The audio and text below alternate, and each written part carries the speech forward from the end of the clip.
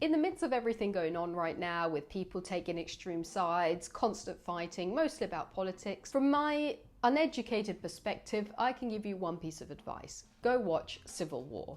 Not for the reasons you probably expect, which is the possibility of the outbreak of a civil war in the United States, but that's not my position to discuss.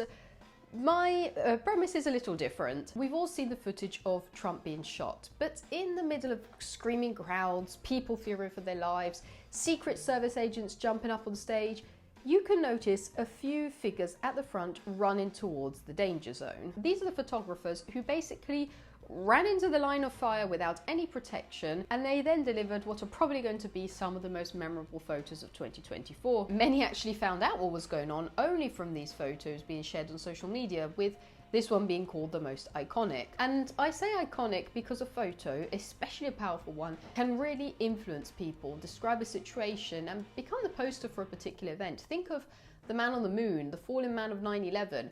Some images make it into school books and are studied, like Tank Man, or can open people's eyes to topics they wouldn't have thought about or couldn't envision the scale of, for example, the mushroom cloud over Nagasaki. Now, of course, we live in an era in which, through social media, we are basically producing news in real time ourselves.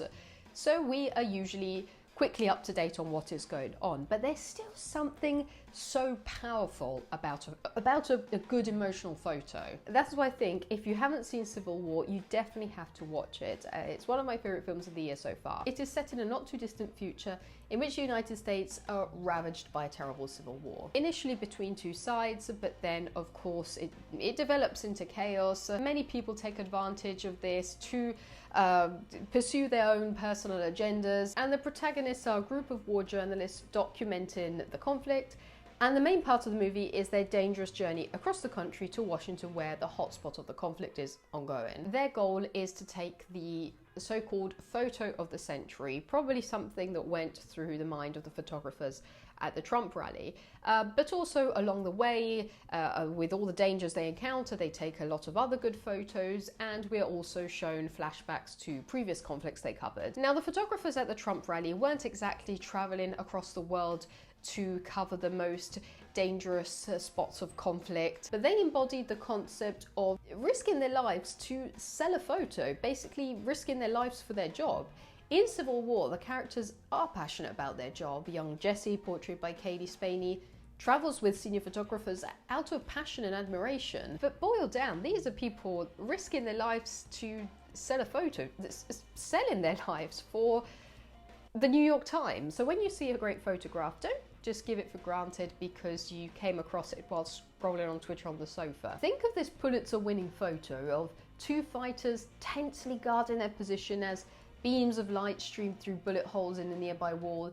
We don't give it more than a second's thought because maybe we come across it on Twitter while it's wedged between a Deadpool and Wolverine gif and Hawk Tour. And while I'm here, I'm going to take the chance to talk a little more about Civil War because I liked it so much. First of all, I want to address the main criticism this film received, which is it's too apolitical, it doesn't take a side. I just think this film is not what people were expecting. From marketing to current tensions, people probably expected an extremely political movie taking a clear side with an easy, action-packed plot. It's not exactly that, and people said it's spineless and it doesn't have courage. I've noticed recently how, not only with films, but discussions in general, people are starting to really struggle with nuance. If you've noticed, in conversations recently, people will blindly stick with a side, refusing to even acknowledge the idea of another perspective. They just refuse to hear the other side. It's great to be proud and loyal and stick to your ideas and stick to your side of the story,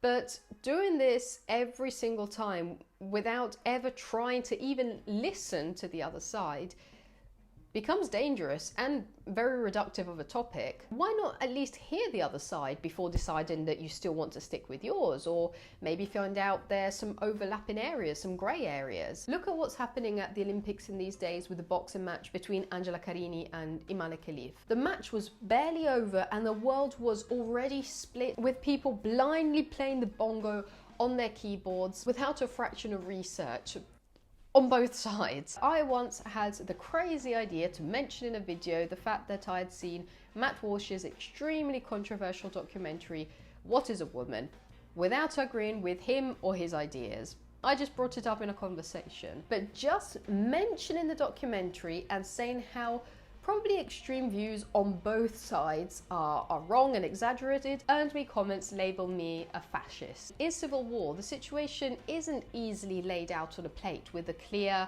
Team A, good, Team B, bad, we don't like them. It's difficult to understand what each faction wants and whether they'll actually even go through with their agenda. We have a president imposing a third presidency, more like a regime. States trying to withdraw from the United States but doing it in a bloody manner, and then crazy people taking the opportunity to start mini wars and commit atrocities on their own. It's hard to label who's the good team and who's the bad team. That would be a kid's movie. It would be so reductive of the topic. If the movie had to pick a clear villain, it would be war. Whether you're a soldier, a journalist, a civilian, a fighter, a high-ranking politician, or a low-income person, war is going to mess you up. And even if the war ends, who's going to get anything out of it? What's the best possible outcome of this? Just absolute devastation for the country. Maybe in the end, the multi-billion dollar arms dealing and production companies are the ones that always win wars. War is the real antagonist in the movie. The film goes all in on that with gory shots, deaths, warfares, and Jesse Plemons' incredible performance. We aren't even really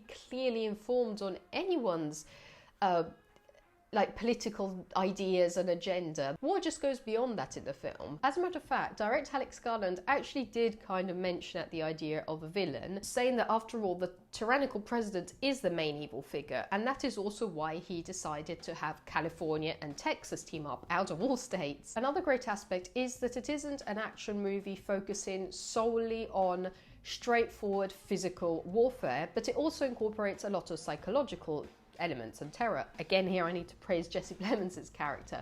It just all makes it so much more believable and down to earth. And this is coming from a person who isn't even really a big war movie fan in general. I'm not saying Civil War doesn't have great action sequences. It had some very well done, which I'm happy I got to see on the big screen.